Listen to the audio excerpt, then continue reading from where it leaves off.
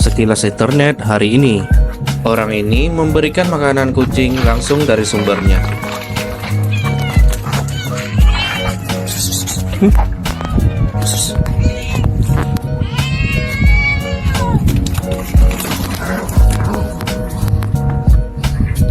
Si Oyen selalu membuat masalah.